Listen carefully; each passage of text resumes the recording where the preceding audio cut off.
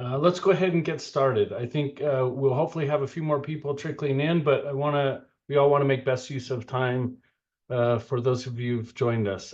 Good morning or good afternoon or good evening to everyone who's joined us today for CALA's second regional learning event focused on climate adaptation and risk reduction in East Asia and the Pacific. We're very grateful you've joined us today. My name is Tom Spangler, and I work for Save the Children as Activity Director for the Climate Adaptation Learning Activity, or CALA. Before we get started, I'll go through a couple of reminders for this online event. First, if at any time you'd like to see a live transcript, you can click the button at the bottom of your Zoom screen that says CC and select Show Captions. You can then click the same button again anytime to hide the transcript. If you're able to, we'd love to see your faces, and so we ask that you activate your camera when possible. Most importantly, please make sure to mute yourself when you're not speaking. For those who are joining us using a partial name or a phone number, please take a second to rename yourself in the list of participants, including your name and organization. Doing that will help us identify you to assign you to the proper breakout room. And last but not least, please note that today's plenary sessions will be recorded. If you need any tech support during the meeting, please reach out to anyone with CALA next to their name in the chat box. With that, let me just say again, we're both very excited and thankful that so many of you have joined us today for this regional learning event. As many of you know, the key purpose of CALA is to support the quality and effectiveness of climate adaptation activities funded by the USAID Bureau for Humanitarian Assistance. And we hope to do that in a few ways. First, through the synthesis and sharing of results and lessons learned from previous climate adaptation programs implemented in humanitarian contexts. And we also look to learn about promising practices and critical knowledge gaps by facilitating interactive discussions among expert practitioners such as yourselves. So it's really great to see this community of actors come together today to discuss climate adaptation programming in East Asia and the Pacific. And we hope that the next few hours will be as helpful for you as it is for us. As you've seen on the agenda, most of our time together will be spent in small groups so that we can have rich interactive discussions among colleagues on specific topics. We encourage you all to stay with us throughout the event as possible, be present in conversations, and contribute to the exchange where you can. We'll begin today with a few opening remarks from a USAID colleague in the region, followed by an overview of initial research carried out by the Institute for Development Impact, or I4DI, Save the Children's partner on CALA. We'll then move into smaller groups to discuss critical themes that you all pre-selected, including early warning systems, hazard monitoring and planning, capacity strengthening for climate information services, climate resilient livelihoods, considering both on-farm and off-farm livelihoods, and natural resource management, with an emphasis on integrated water resource management and nature-based solutions. Within each of these discussion groups, we hope you also share your insights on certain cross-cutting issues, including the engagement of women and youth, and issues related to climate adaptation programming across the emergency and longer-term development contexts. We'd also like to hear your thoughts on any critical geographic differences within these areas of adaptation programming, such as differences between urban and rural contexts, or between mainland East Asia and Pacific Island nations. Finally, we'll get back together in plenary to share key points from our discussion to help us all learn a bit more about these various contexts, challenges, and promising practices in adaptation programming throughout the region. And now, it's my pleasure to introduce Andrew Bogle, Deputy Regional Director for East Asia and the Pacific at USAID's Bureau for Humanitarian Assistance, for opening remarks. Over to you, Andrew. Thanks, Tom. Echoing your excitement for this event and your gratitude for participants for joining us. Andy here from Bangkok. Good morning, good afternoon, good evening, everyone, wherever you are. Again, very pleased to have you joining us. In partnership with you, the Bureau for Humanitarian Assistance is working to meet both immediate life-saving needs as well as strengthen early recovery, risk reduction, and resilience against the ravaging impacts of climate change that continue to compound already existing challenges in the region. BHA is prioritizing humanitarian assistance through locally led and equitable climate actions for households, communities, and systems. This includes building and strengthening end-to-end early warning systems that utilize impact-based forecasting and that equitably reach the most vulnerable and last-mile populations to better withstand the impacts of climate change. It also includes strengthening livelihoods both on and off agriculture, fisher, and other farms. So this means that BHA is aiming to incorporate climate adaptation to all types of our assistance and across all sectors. And a big part of strengthening our humanitarian response to climate change involves continuing to improve both the incorporation of indigenous knowledge and our partnerships with local communities, local actors, and unrepresented groups. To advance these priority efforts, we're very pleased to be partnering with the Climate Adaptation Learning Activity, led by Save the Children, to further strengthen our collective knowledge and learning and develop a strong evidence base to advance our climate programming humanitarian context. And of course, your participation in the next 4 hours is a huge part of this effort. We really value that you're taking the time to share your experience of what works, what needs to improve, and learn from one another, offer valuable insights on the complexities of this work, so that together we can continue to improve BHA's assistance to vulnerable people in humanitarian settings and help break the cycles of crises that we are seeing today. So again, thank you very much for joining, and look forward to hearing more about your experiences. And thanks again. Nice to meet you all. Excellent. Thank you very much, Andrew. First and foremost, very appreciate BHA's support in this work and contribution to this learning. I know that we've all got quite a bit of learning to do, but I think the priorities that you've outlined will help frame the more detailed discussions we're about to get into. So thank you very much. Now, I'd like to introduce you all to my colleagues, Lauren Rupp, Director of Sustainability and Climate, and Guido Corno, Climate Change Advisor at I4DI. We've asked Lauren and Guido to help set the stage further for our upcoming discussions by sharing some high-level insights I4DI has helped generate thus far through CALA. Lauren, I hope you're able to, yes, I see that you have joined us. Hi, I know that you're joining us remotely, so very much appreciate this. Can you please start, Lauren, by first telling the audience about I4DI's specific role in CALA? Of course. Thank you, Tom, and hello to all the participants. It's great to be here with you all, calling in from Jakarta. So I4DI is leading 2 of CALA's 4 core objectives. The first objective is a desk review of BHA's climate adaptation programming, where we've been tasked with identifying and distilling the most common interventions, challenges, lessons learned, and knowledge gaps across BHA's portfolio of work, really with the ultimate aim of creating a shared understanding across implementing partners and within BHA on climate adaptation approaches. And the second objective that I4DI is leading is a complementary meta-evaluation, in which we're identifying and analyzing the most rigorous evidence of previous and ongoing climate adaptation programming in humanitarian contexts, using both BHA and non-BHA performance and impact evaluations. So we're using this evidence to provide rich insights into effective means of addressing climate risks across the full range of humanitarian assistance programming, with an aim of providing, of course, actionable insights to BHA and its partners.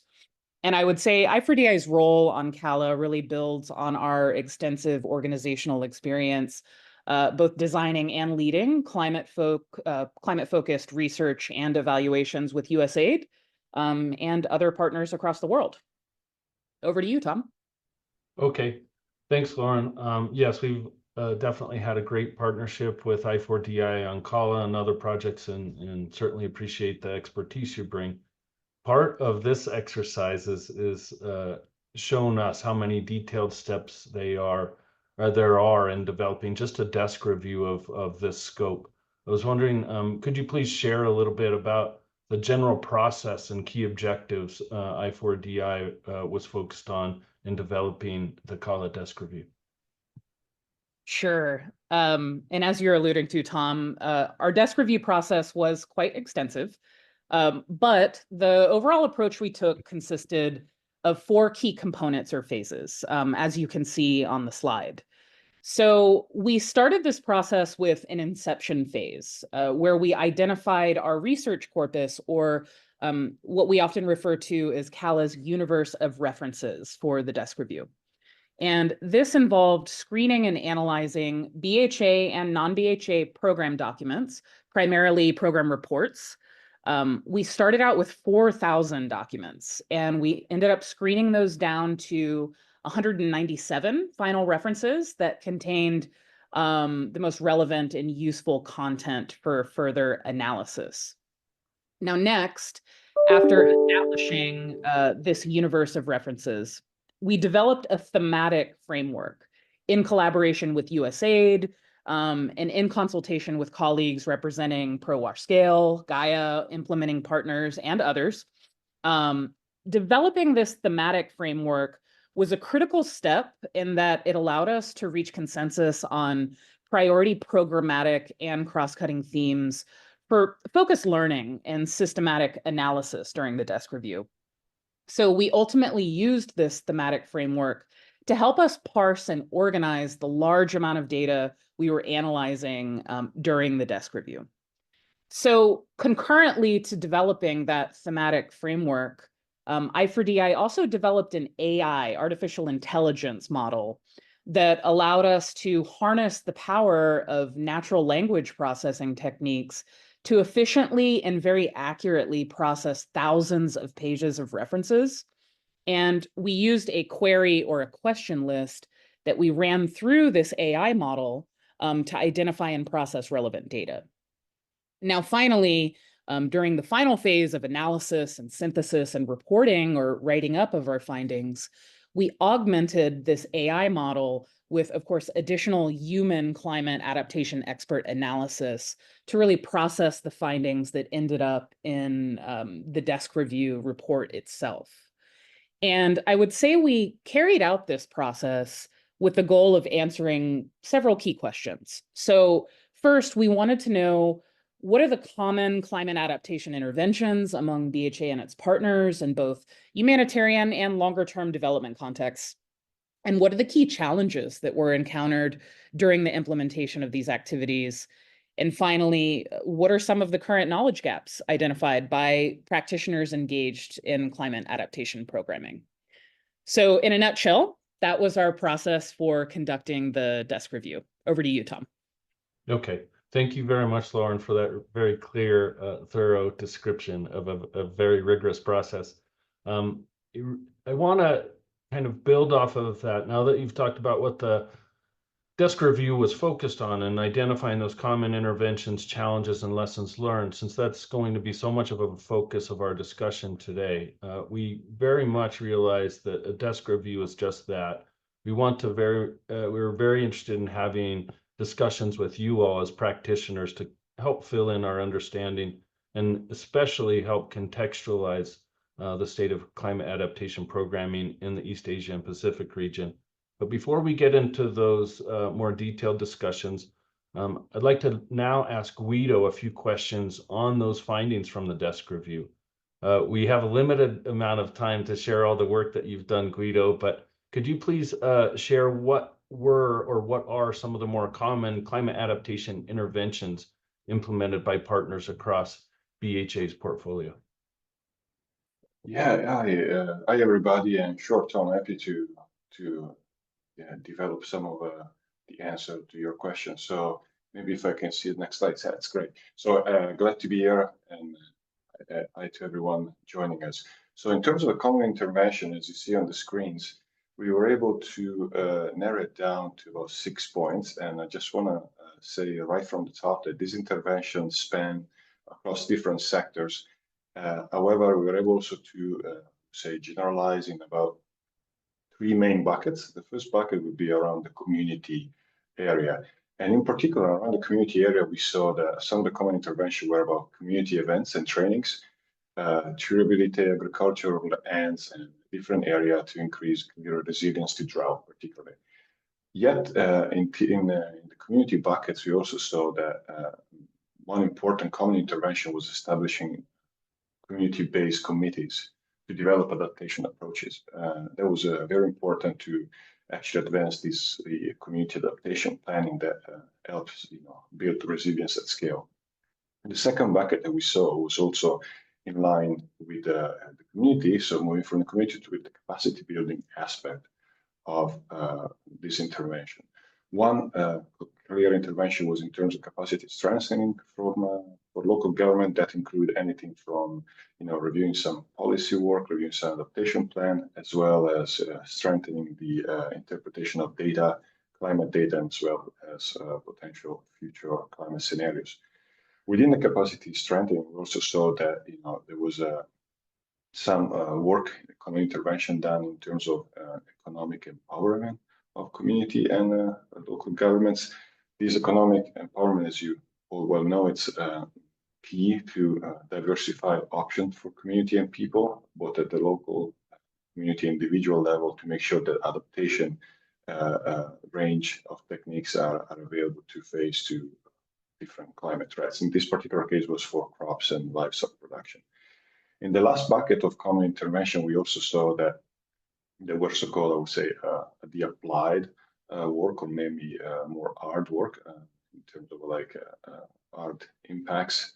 And we saw one common intervention was definitely about strengthening emergency evacuation shelter. And again, there was a formal adaptation because it was able to quickly and physically make sure that community were safe in terms of different climate threats, but also in the longer run, make sure that the adaptation was found again at scale in a particular region.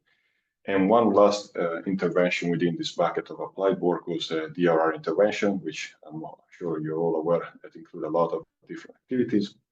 In particular, we saw from the desk review that these include, and so in the agenda, the focus on natural resources, exactly that, trying to see how DRR could contribute to the planning processes for, increase ecosystem resilience to improve access to water.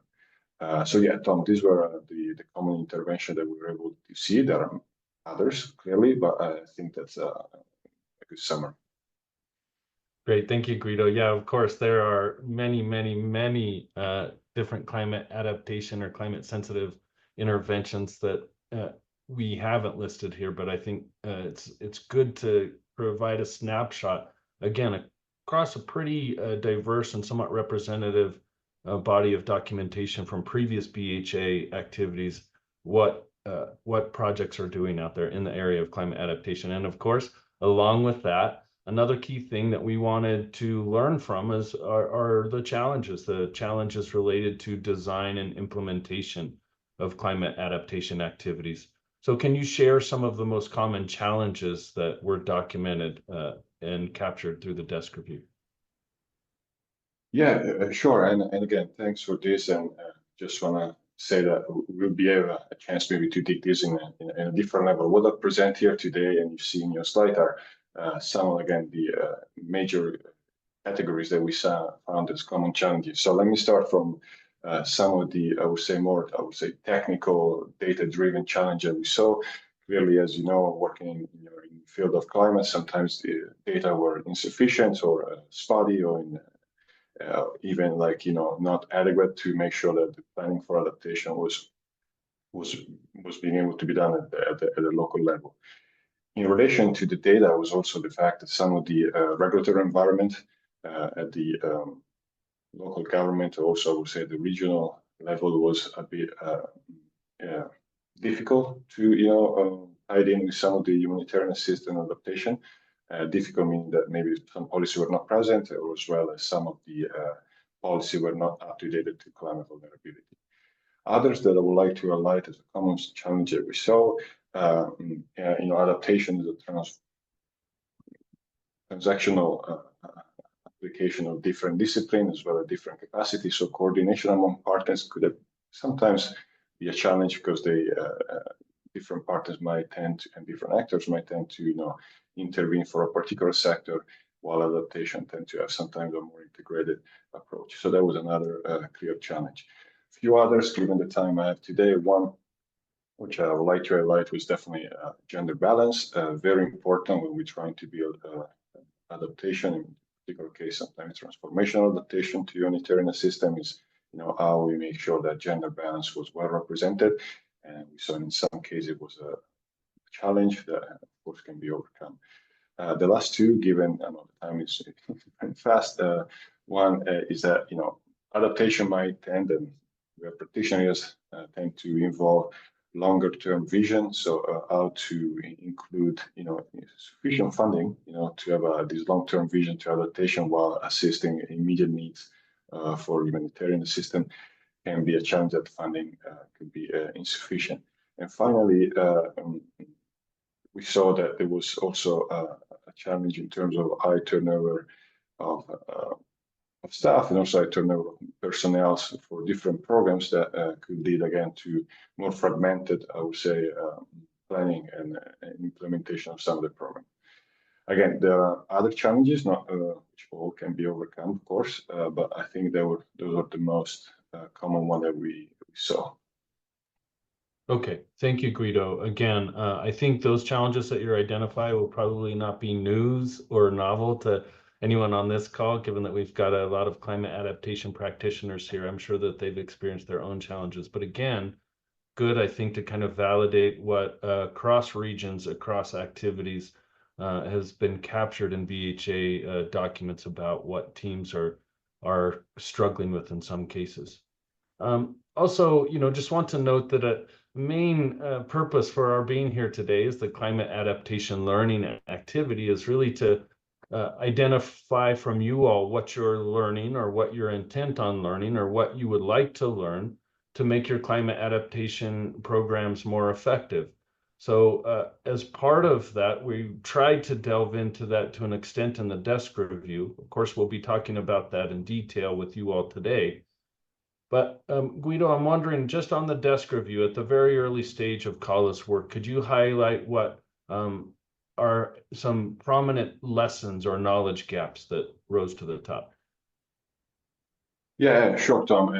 And what we saw, again, it was great that we frame our literature review in a way that we try to, again, to be proactive and hopefully, improve some of the approach in the future to adaptation humanitarian assistance. So some of the lessons go along with some of the challenges, but again, you see, let's start from like that. We saw that one of the main lessons learned was to make sure that the adaptation programming need to be framed around culture and social context to make sure that, the community, there would be a community buy-in, but not only buy-in, community participation in the long run after, humanitarian system is over. So culturally, a sensitive program were key lessons learned, as well as, in terms of in line with the culturally sensitive program was that, strengthening and training at the community level for different partners and volunteers was fundamental to ensure success for some of this adaptation. Okay, nothing new, but again, this capacity and strength in terms of data analysis, data collection, make sure also monitoring and evaluation that some of the activity were actually in the right direction for adaptation was, again, fundamental to make sure that the adaptation angle of the humanitarian system was considered. Last two lessons learned, and on slides it's a big pack with words, but it's that one key was, as we just mentioned before, adaptation is an integrated approach. So collaboration between different stakeholders, both from, I would say, the local government, local partners as well, some of the more technical institutions, as well as other international partners is fundamental to make sure that, again, adaptation can lead to a transformational change towards humanitarian assistance. And finally, key lessons learned was that, having a financial services market inclusion in place was key to ensure a range of different adaptation capacity among different kind of vulnerability different communities might not have. So again, diversifying the option to make sure that adaptive capacities are increased. In relation to lessons, we also saw some knowledge gaps that I'm sure can be improve, but also can be addressed in the medium and the long term. To highlight a few, again, given the time we have, one, make sure that there is better evidence base, between data and collection, data interpretation between climate and nutrition. So again, clearly to make sure that some of the basic livelihoods and health of community is guaranteed facing different climate vulnerabilities. Another one, which again is line what we're going to discuss today, is that how we may include nature-based solution, nature-based approaches to the DRR. Okay, not easy maybe to do in practice, but it is possible, and how to make sure that again this planning of different data and different techniques that nature-based solution involves are pretty much integrated in DRR. And finally, make sure that some of the outcomes and impacts of community-led are put together and towards an anticipatory action. Again, that's clearly a knowledge gap that we could strengthen to make sure that the adaptation capacity at large can be improved. Again, there are others, and I know time is short, and happy to discuss during later in the meeting. Okay, that's very helpful, Guido. And as Suzanne has shared in the chat, we have time, and we encourage those who have any questions or comments in response to what Guido and Lauren have shared to feel free to raise your hand or enter them in the chat. Arun, I see you've posed a question that Lauren has responded to, and I note Ward Miller with USAID has you have your hand raised. So Ward, please go ahead and pose your question.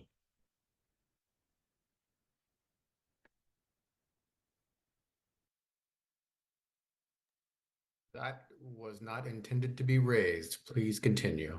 Okay, no worries. And if anyone has questions, now's the time.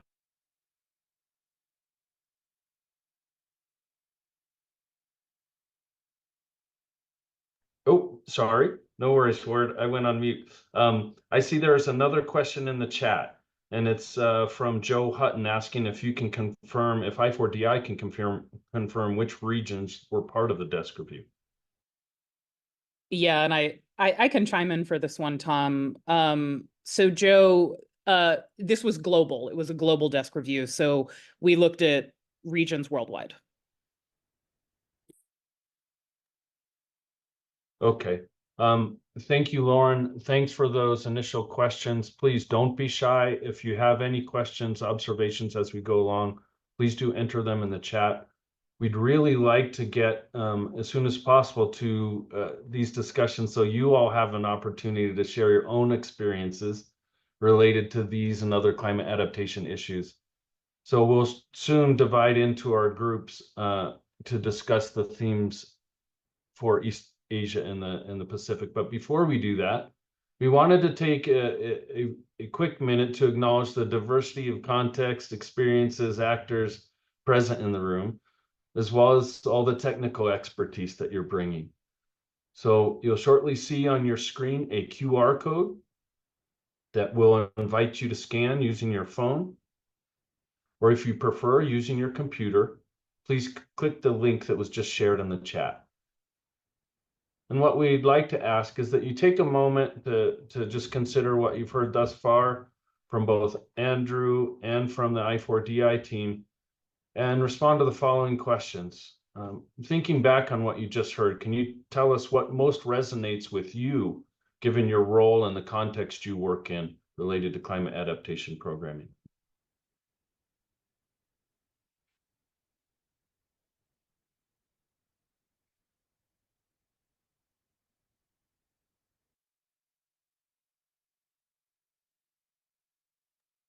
Just a quick exercise, doesn't need too much thought, just a quick brainstorm, gut reactions.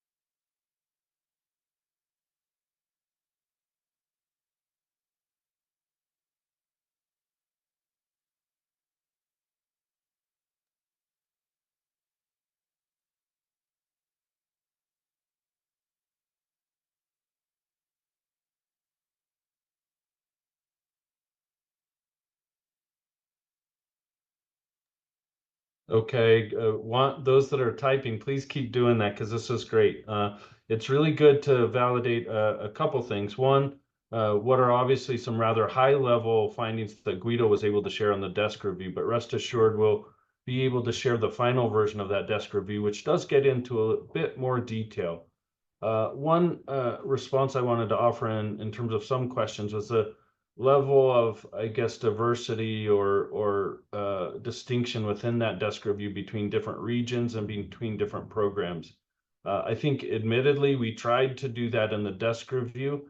These regional learning events are a much better opportunity for us to hear firsthand some of the differences in context, given what Lauren explained, which was that a lot of the material for this desk review were in regular monitoring and performance reports dating back to 2016 from a very wide range of BHA implementers. So trying to interpret that with respect to our thematic framework, again, was an interesting exercise, trying to draw out some of these findings that are specific to certain themes related to climate adaptation programming was our main objective for the desk review. We do see some differences in terms of regional approaches, regional challenges, and lessons learned. Having said that, I think we're getting much better insight to that through these discussions, and we'll get even more through our next step that I4DI is leading, which is a meta evaluation, focusing on performance and impact evaluations of climate adaptation activities. But it's good to see here some of these common challenges. Obviously, funding is a big one. Community engagement, another a very big one, being proactive and starting early to limit just the responsive nature of our climate adaptation programming, trying to be a little bit more proactive. All of these things that you're entering here are in line with all that we've learned thus far, and I think set us up to prompt you a little bit to tell us more about each of these issues in our groups. Again, we're going to be moving into those more in-depth conversations very soon. As a reminder, during registration, you all selected a discussion group to join among the 4 options, including early warning systems, hazard monitoring and planning, capacity strengthening for climate information services, climate resilient livelihoods, including on-farm and off-farm livelihoods, and natural resource management, with a focus on integrated water resource management and nature-based solutions. In each room, a facilitator will help guide what we hope will be an honest, open, and rich conversation among you all. Together, we'll discuss and identify promising practices that you've experienced in the region, as well as challenges that you're facing in climate adaptation programming. Now, if you haven't selected a topic at registration, you're free to join one room of your choice. And the instructions to join the breakout rooms will be on the screen here for you to follow. If you have any issues, Suzanne will help you get to the right room. So without further ado, let's move to our discussion groups. I see groups are still wrapping up. And rejoining us in plenary. I'll give it just a few more minutes to have a fuller group. Thank you. In the interest of time, I think we'll get started again, or I guess continue in a slightly different direction. First, welcome back and thank you for your active participation in those discussion groups. I hope everyone had as fruitful, as rich a conversation as we did on ours on early warning systems. For the next and last session of this learning event, we want to hear from each of these conversations, learn from each of you, especially those who volunteered to share what your group discussed in terms of key practices, challenges, and important knowledge or learning gaps in each of these themes. So before we do that, let's just give another chance to get quick reactions from each of you. So once more, please join us on AHA by scanning the QR code on the screen or click the link in the chat box. And what we'd like to do is create a word cloud together. So in order to do this, we ask you in just one word, how would you describe how you feel at this point after 2 hours of these very rich discussions with your colleagues on climate adaptation in East Asia and the Pacific? One word. And you can be honest, it doesn't, it can be any word you choose.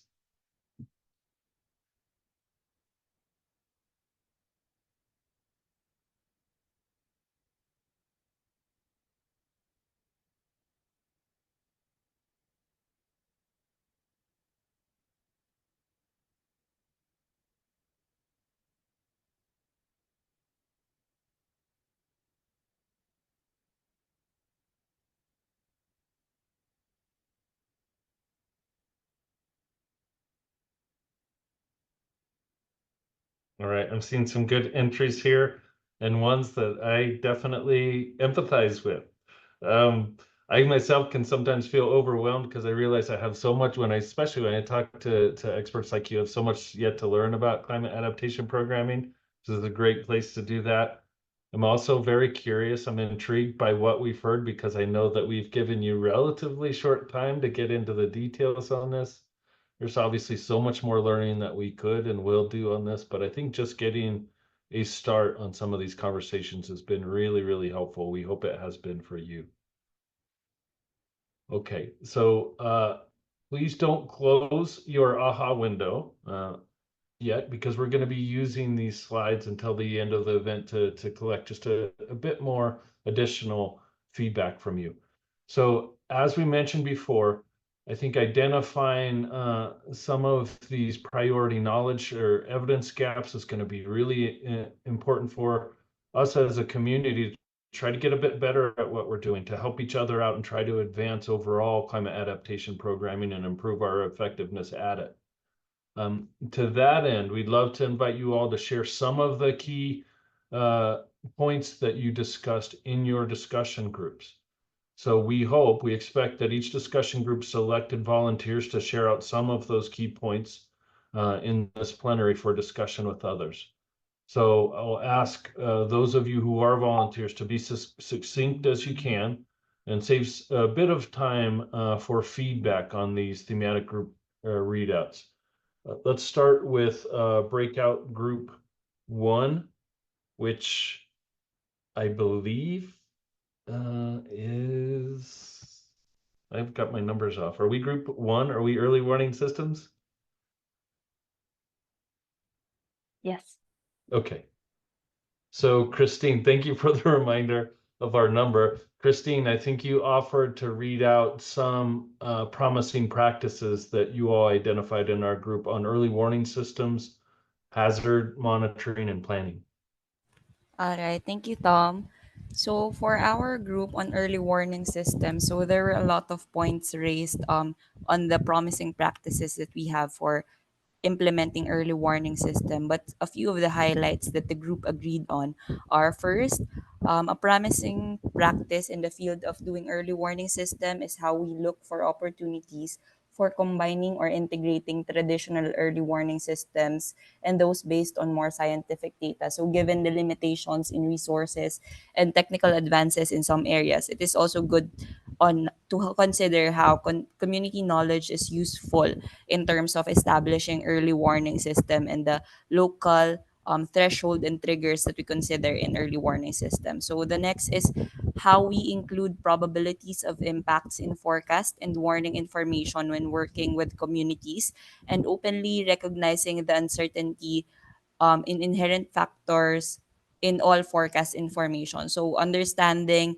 that in the sphere of forecasting, there is a possibility of the hazard or the disaster not happening, and that is actually a reasonable possibility that we should also raise awareness on in our areas. And lastly, um, when implement that there's a need to implement hazard and vulnerability assessment tools to identify and analyze the types, frequency, and intensity of hazards, and to use these assessment results to develop an action plan and discuss the gaps and areas for opportunities with NDMOs, NGOs, and other key stakeholders to strengthen collaboration and tailor the early warning systems for each area.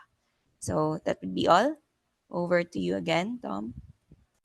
Okay, thank you very much, Christine, for sharing that. Again, we had relatively short time to get into these, but really appreciated the detail that you all added. I'm going to share what we had in terms of challenges. This may be familiar to some of the other groups.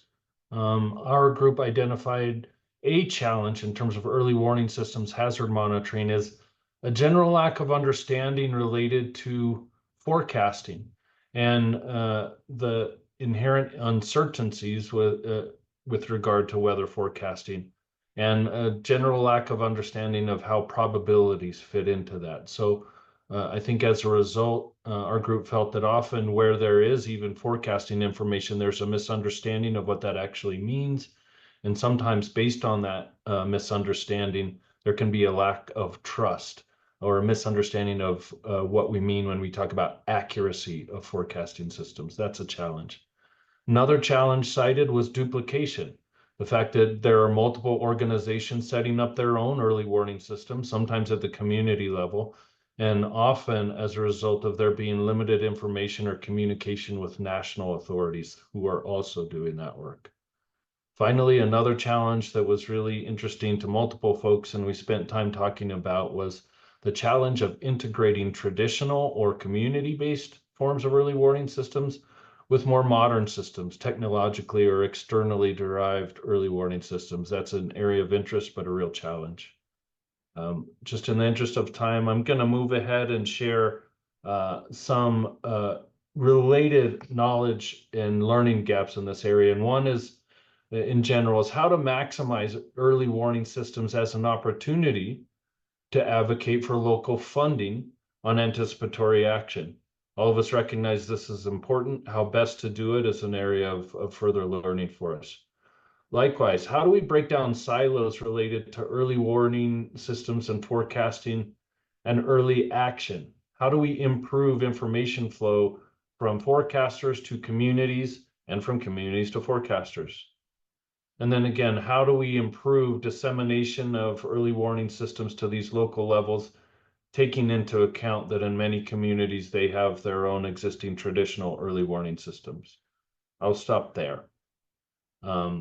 Again, we have just a short amount of time, so I think in the interest of time, I'm going to move on to discussion group number 2 so that you could share your key takeaways from your breakout group. And I believe this is the climate resilient agriculture, off-farm and non-farm livelihoods.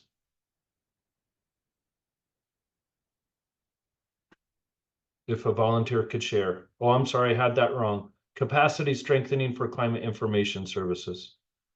Yes, if your volunteer could share your best practices, challenges, and learning gaps. Hi, Tom. Alan Silayan here. I'll be sharing capacity strengthening for climate information services. So for the first recommendation is to work with public service authorities in developing local climate change working groups to address climate issues. What we're finding is that the local governance systems are not designed to address climate change. And so therefore we need technical working groups that we need to form ourselves. Setting clear guidelines for and common goals with different stakeholders, partners, example, MOUs.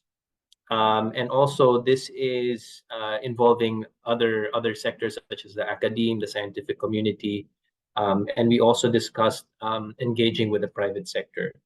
And the third point is developing a local GIS technical staff pool to be able to manipulate climate data for use in local planning. So often we were able to provide, let's say, climate adjusted hazard maps, but there needs to be a local team that will be able to use this for planning purposes. For challenges, getting information from communities and ensuring locally collected data is harmonized or high quality, balancing knowledge from the communities with scientific and theoretical data on climate data, and developing climate and disaster risk assessments. We're finding that national agencies often are not able to reach people living with disabilities, communities, children, youth sectors, and ensuring gender equality. So having the GEDC component, we're finding that even though we use perhaps modules or training modules from the national government, there's a gap in the guidelines on how to reach these more vulnerable communities. Thank you. Back to you. Okay, thank you, Alon. I realize that we're just steaming right through these, and I think one point that we wanted to make here is that we wanted to share out these readouts with others who weren't necessarily in the group to get your feedback or maybe any additional questions we may have missed. So Suzanne, sorry for messing up our process here, but maybe we can take a pause here after readouts from these first two groups, which are very definitely related in terms of the early warning systems and the climate information services. Maybe we can use our AHA slides as planned to get feedback from the groups or from participants who weren't in those groups. Any questions on those key practices or challenges related to early warning systems and climate information services?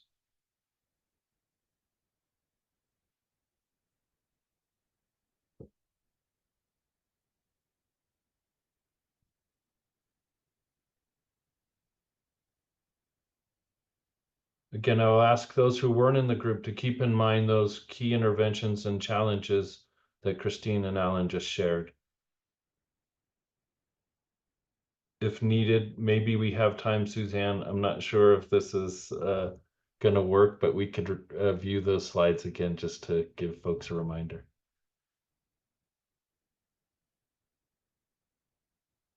I see folks are typing, so thank you.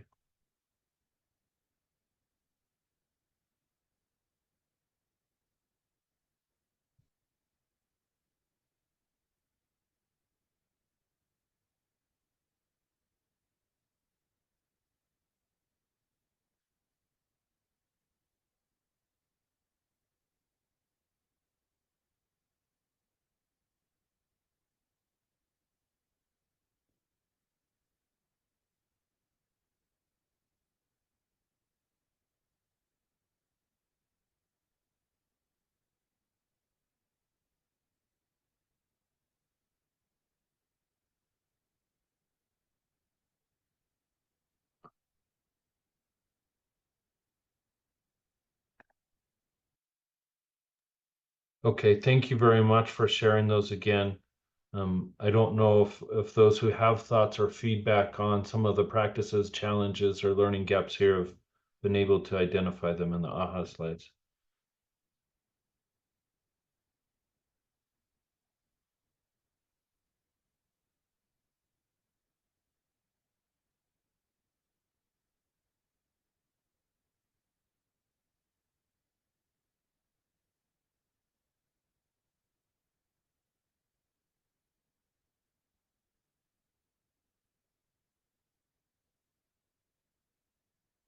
Okay, I see some additional challenges here, including one that is pointed out we haven't discussed yet, and that's support for those technically oriented agencies that are providing the early warning information, the modeling and forecasting.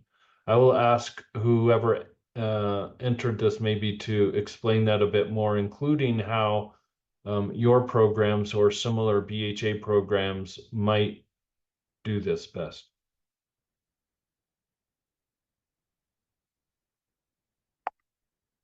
I guess I did that, so I'll respond. It is quite a struggle. We at BHE do support the Regional Integrated Multi-Hazard Early Warning System, RIMES, which is a group based in Bangkok, and they are dedicated to the application of forecast information. And they work as a membership organization of hydromet agencies to support them, to backstop them, and to bring in new ideas. And so that's sort of one idea, but it is a challenge for all of the hydromet agencies to to finance their own operations. There's the current vogue in the hydromet forecasting side is called the value chain approach to early warning, recognizing that the value is what we're talking about here. It's in communities taking action. But then how does that value come up and support provide the resources, the human resources as well as technical resources to have these systems work?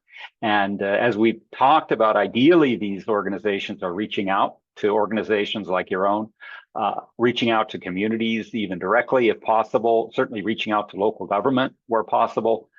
They should be trying to help increase the understanding of their services that are available, as well as what communities are faced with. What are the needs? We have in the past supported activities where RIMES or other interlocutors have helped make those connections between the Met services. But as a humanitarian organization, it's very difficult for us to solve that problem. It is now Asia is fortunate to have a lot of human resources, and yet still it can be difficult in these difficult financial times for countries to support what has to happen. And I'm, I put this out there as a question to all of you, because I think we assume that the government can take care of this, but the resources are limited. Sometimes I'll have to admit the donors are they may be supporting one side of the picture, but not necessarily the picture that's needed to make action. I personally am running into that on hydrological forecasting. There's a lot of work on the early warning for all agenda, but it's not as much on hydrology as I think needs to be, since flooding is what many of you are dealing with, even when you're talking about typhoons, tends to be the flood. So there's little pieces there, and I do think we need to figure out how to do that. I do think that you as sort of supporting the use of users connecting with this information for anticipatory action. Again, you can support the whole resourcing of the whole value chain, recognizing that the better information you have, that the better you'll be able to work honestly and openly with communities to set triggers, to have actions take place, and to have the resources go to people, ideally in advance of any kind of impacts. That's something that, as we understand the limits of the information, I think that can happen. But I think there certainly are some opportunities, but it's a tough nut. It's again, trying to make sure that the value of all of these systems in the chain are worth supporting. We heard from one group that it's very difficult to hand things over to a government after a project if you're involved with early warning, because they just don't have the resources really to pick it up. So it is something where they need to be engaged. And I think there are some solutions that some of your groups have found, but it really does take willingness on the government part as well. Understood. Okay, thank you very much, Michael. I think it's obvious this is a thorny knot or a difficult challenge. I did want to open it up to that other group, to the Climate Information Services group. So Kathy Karimi, I think you were in that group as well. Wanted to hear if you had any feedback to what Michael has shared or what others shared related to climate information services and the intersection with early warning systems. Any thoughts, feedback? This is Kathy. I can just say that, I mean, in the slide that Alan talked through, we had some priorities, which I think were important. We talked about a lot of promising practices and challenges, and it was kind of hard to rank them into 2 or 3. But some things we did talk about, which I thought jibed well with the last speaker, was around both kind of assessing and communicating the socioeconomic benefits around climate information services, and also engaging the private sector, both of which can help to communicate the value across the value chain, and also to generate more resources to produce services that can be of higher quality and reach more people, but both of which are very complicated and bring a lot of risk. So that's another topic that we did discuss that didn't come up in the slide. And that seems relevant to the last speaker. I don't know. There were lots of other people in that group who had lots of things to say, really interesting things. So I'll open it up to those folks too. If they Thank you very much, Kathy. That's among them. That is really interesting and useful. We have a few more minutes. I want to give other groups time to share as well, but any others that would like to share any final thoughts, feedback on that discussion of climate information services?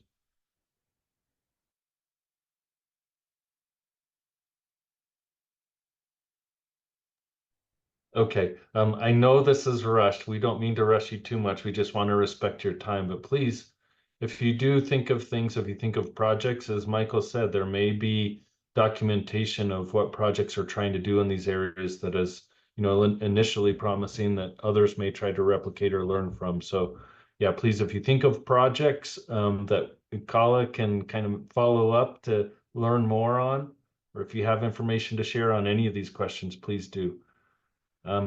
Maybe we'll move on then to our third discussion group. And I'm gonna guess again, I think this is climate resilient livelihoods. No guessing, it's right there. Climate resilient livelihoods, off-farm and off-farm. If the volunteer for that group could come off mute and share what you discussed in terms of promising practices, challenges, evidence gaps. Well, thank you. This is Paulo Suarez, team member of Climate Resilience and Livelihood. Yeah, first of all, thank you for the groups, and then thank you for the facilitator, Mrs. Kate. Yeah, I just want to share 2 points from here. I guess there is a lot of discussion and a lot of idea came out through the discussion. However, we will agree how to point out 2 things here. One of the promising practice to be have and to be shared in this plenary is around the ensuring diversification of livelihood by supporting of farm activities in addition to farm activity, and also introducing a new technology and introducing multiple crops to support farming activities. The second point of this is related to village and saving and loan activity. This is one of the sustainability activities. We are aiming to engage a local partner as a local lead actor to sustain these livelihood activities. And of course, we also seeking for a partner and other stakeholder to sustain this activity at community level. So another 2 aspects will be presented by my colleague from over to my other 2 colleagues. Thank you.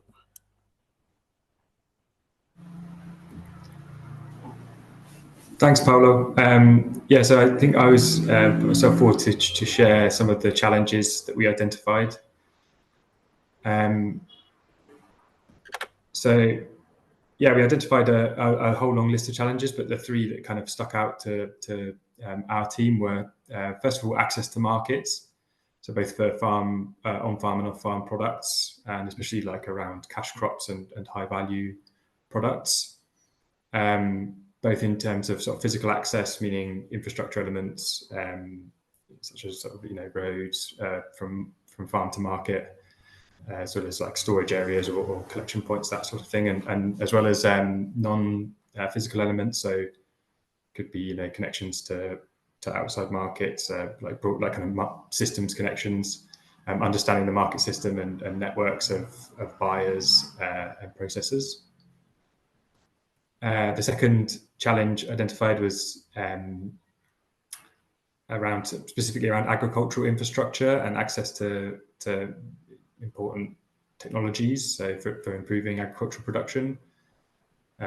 Particularly highlighted was a lack of access to irrigation infrastructure, as well as access to agricultural inputs amongst community members. And then the third challenge identified was around maintaining technical support for novel livelihoods following the end of projects. So once projects end, how do we ensure that communities continue to receive the necessary information and technical support to be able to continue to effectively practice the livelihoods that have been pursued through the support of the intervention? So those were the three identified by the team, and I think Naomi's going to briefly highlight the final points. Thanks.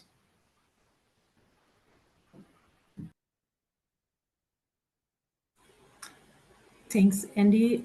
So for knowledge gap, we identified two key points that stood out for us. One is case study. So maybe documentation and sharing of case studies across climate adaptation programs and activities. And the other one is on assessment tools, such as the SEEDS and the LAGS tools. So basically tools for crop and livestock assessment during humanitarian or crisis time. So those were the two knowledge gaps that we thought we discussed in the group that we thought would be useful for us. Yeah. Okay. Thank you very much for sharing on that group. Let's take a minute to do what we did for groups 1 and 2. And that is think of what was just shared in terms of the Climate Resilient Livelihoods group. And we want to solicit any feedback that you have, either on those promising practices, challenges, or knowledge gaps, and certainly includes people that weren't in that discussion group.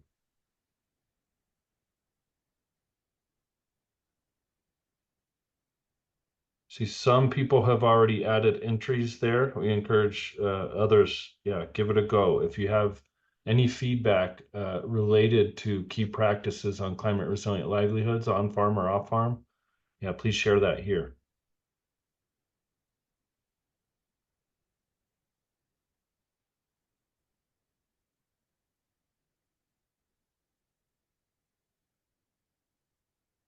We've seen some really good questions or points here about existing research on maintenance of agricultural extension or sustainable agricultural extension services. Obviously, I think the million-dollar question, especially across different contexts, is which livelihood approaches are most helpful for strengthening climate resilience or resilience to climate risks. Obviously, that's highly context specific, but really good area for further research.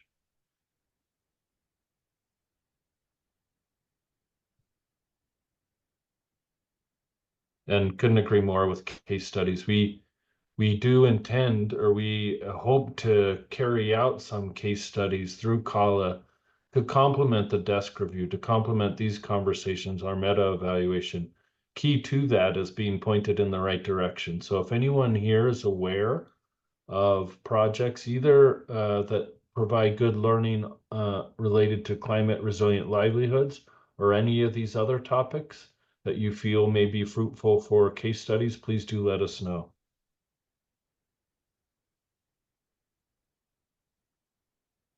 And clearly this a challenge here of reliable climate and disaster risk information being a challenge for livelihoods, that ties right back into the challenges in generating that information that we just discussed. So very good point. I also appreciate this, another one entered here because it's one we've heard before, the need to differentiate mitigation of extreme or sudden onset climate events from gradual climate change stresses, shocks and stresses, to build those longer term interventions, including livelihoods.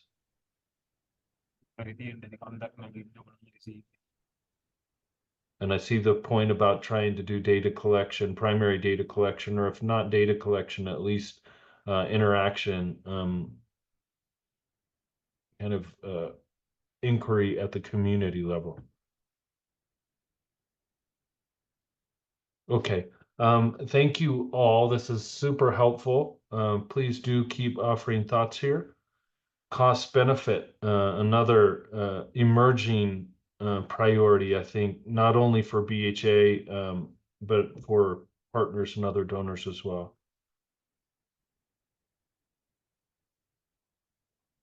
I haven't heard this before, but or heard it in detail in our discussion group. But I just wanted to note that opportunity costs and maladaptation is something that we're also hearing, particularly with respect to nature-based solutions, as an area of learning. So that's also quite helpful. Okay, if there are any other thoughts, please, related to climate resilient livelihoods, please enter them or share them in the chat as you will. But in the meantime, let's move on to discussion group number 4, our final discussion group, which was discussing natural resource management, but in particular, integrated water resource management and nature-based solutions. So could the volunteer for group number 4 share your promising practices and challenges? Yes, my name is Dang. I'm on a behalf group 4. I will share with you about the 3 promising practices that we have discussed together. Across the 3 promising practice we write out here, we see that the nature-based solution is quite a new concept for the different stakeholders, especially for the local community and the children. So it's great important that we have to emphasize the awareness raising and education for different stakeholders here to the different channel, like the workshop, like the sharing a community event, community sharing event. So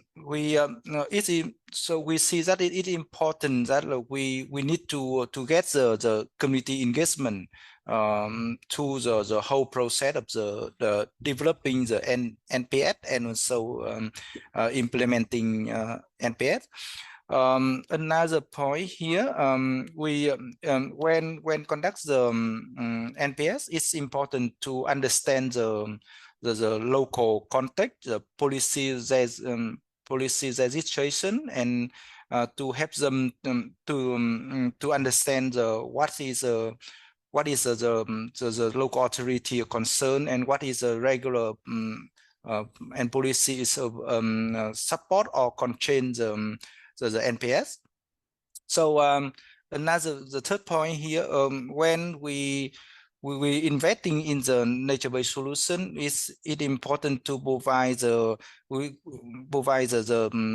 further financial incentive for the local community to the carbon project, carbon credit project. Yes, that help people to help the local people to well maintain the mangrove area, mangrove forest.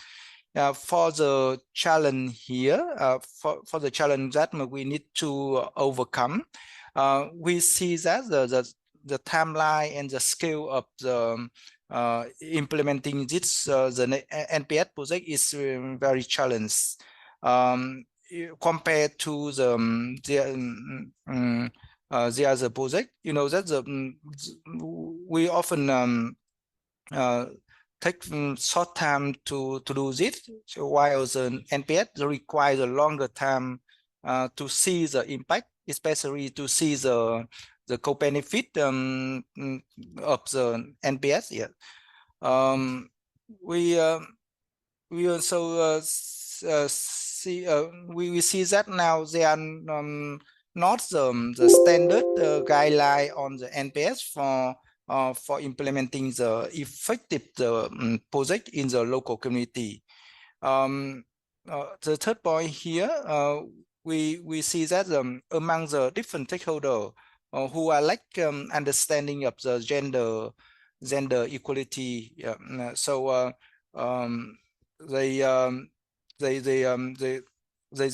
do not consider the normal practice is a gender inequality. Yeah. For example, the man is still the person who makes the decision in the in their family. Yeah. So yes, just yeah. That's all from my group. Yeah. So Karimi, you can add on further if you see. Yeah. Thanks, Lang. Yeah, I was just going to add a couple of knowledge gaps that we identified from the discussion. One, picking up on Dang's comment, the idea that NBS is still a new topic, so we need more research to understand the concept of NBS and how to explain those to local stakeholders, especially trying to sort of measure and describe the sort of non-economic benefits of nature-based solutions and how those are evaluated. And linked with that, I think we also touched on the sort of maladaptation aspect and sort of trying to understand maybe the longer-term benefits and make sure that we're monitoring either longer-term potential longer-term negative impacts. The other area that we identified was on knowledge gaps on sort of best practices on stakeholder engagement at various levels, whether that be at sort of a government level or at local level. And I think we're very aware that a lot of the sort of best practice in stakeholder engagement is context specific and it's not sort of one size fits all, but if there's any even sort of context based sort of learning and evidence that could be useful, that's maybe another sort of knowledge gap identified. Okay, that's quite useful. I appreciate inputs from both you, Dang and Karimi. Thank you for sharing what you have from that group. I will say, yeah, it is very much in line with what we heard from some of the early discussions of folks participating in this event and from other regions as well. But really appreciate you contextualizing that for us. So yeah, again, finally, let's give others an opportunity to weigh in with thoughts, questions, feedback on the report out from natural resource management, water resource management, and nature-based solutions.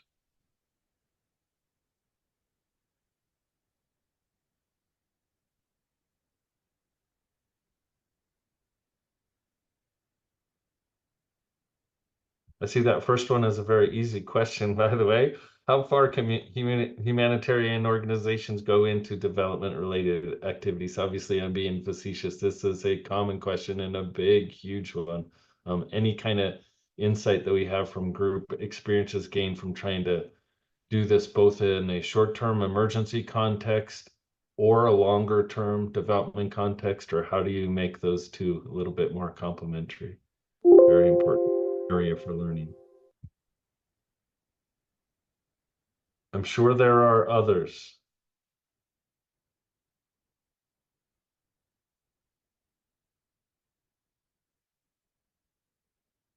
Lack of private sector investment in NBS, yes, an important area for learning, as are some of these other things that Dang and Karimi just pointed out. Just no common, or sometimes not a common enough understanding of what NBS entails or how to consistently monitor or design nature-based solutions activities.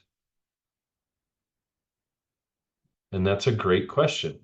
Is there a compendium of effective nature-based solutions in various contexts and regions? Does anyone know the answer to that question? I do not.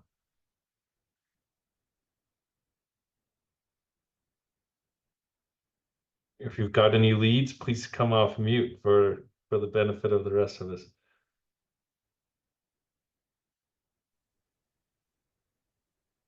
I'll just say, I just have add a few things there. There is some work on compendiums. I know the G20 has taken it up as a topic, so it should be up there. You might want to, you could maybe even Google UNDRR and G20, and there's some work on that. I think it's tough, honestly, because there is a lot going on in that space. So I know there's work and interest on that. So that is something I'm aware of. One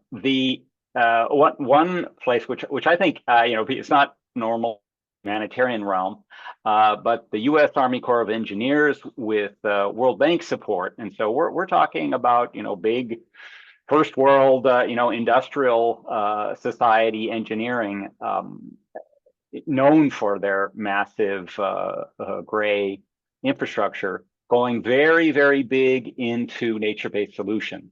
So I think it's something that you should all be aware of, because it's happening, in a scale it's certainly not in the humanitarian sphere, but it's happening very seriously. So it is something that I think you could take a look at. The U.S. Army Corps of Engineers has a downloadable PDF, and so they're talking about, big infrastructure that is environmentally, friendly and nature-based. So I recommend looking at that. There is some serious interest in doing some more research and setting standards. I know the U.S. Army Corps of Engineers, I think, is trying to work with UN organizations to set some standards in that realm. So a lot is happening in that space, and it goes beyond the humanitarian sphere, how far, again, that whole question of how far humanitarians can go into that space. But there really isn't a choice for any of us anymore, humanitarians or development. We have one planet, and we're in trouble, right? We're putting people in harm's way because of the way we've developed, the way we've affected the landscapes. So we really need to be thinking about that for development and also for any humanitarian interventions. We can't put people in harm's way and then expect them to somehow be saved by early warning or something else. We have to be thinking about where they're situated naturally, and also be looking at solutions that can help reduce greenhouse gas emissions, can help reduce our use of energy. All of those things have to be looked at now for all of us. So it is the humanitarian issue, but it's also, we're part of a much bigger issue in terms of the survivability of our planet. So just to be aware of those things. Thank you very much, Michael, and I think that helps your input on that. I wanted to point folks to additional resources that have been offered on nature-based solutions that have come up in the chat as well. So yeah, thanks for all these recommendations. Obviously, there's a real thirst for learning on nature-based solutions. I don't want to call it a new field, but I think an emerging one where there is really a need for additional understanding. So thanks, Michael, Kirsten, and I think Dana, you also offered a research on or a reference on nature-based solutions. So thank you very much for that. Willie as well. Thank you all. So it looks like there is opportunity for learning here. I am looking at another one of the comments, feedback in terms of how to attract the private sector's investment in NBS and nature-based solutions. And that makes me mindful of some of the other points we heard in other discussion groups, just the need to get private sector more engaged in general and climate adaptation programming. With a couple of things there, I think that necessitates a better understanding of cost-benefit analysis, given their profit motive. So we need to probably continue to learn how best to do that cost-benefit analysis as it relates to adaptation activities. And then the other point that is made is that none of this, when it comes to nature-based solution, is likely to be very quick. So it's a longer-term investment, and with regard to that cost-benefit analysis, that's part of the awareness, is creating awareness of the timelines of any potential impact of nature-based solutions. So thank you very much for that. Any other thoughts? We welcome all of them.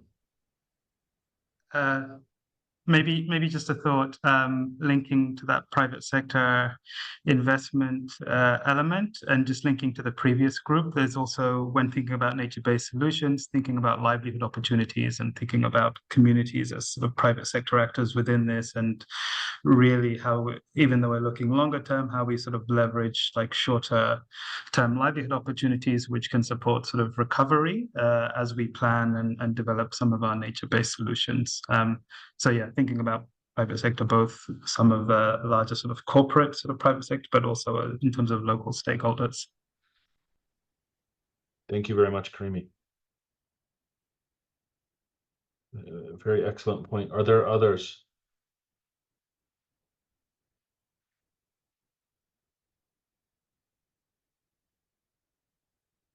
Okay, well, gosh, this has been a very, very useful session in itself.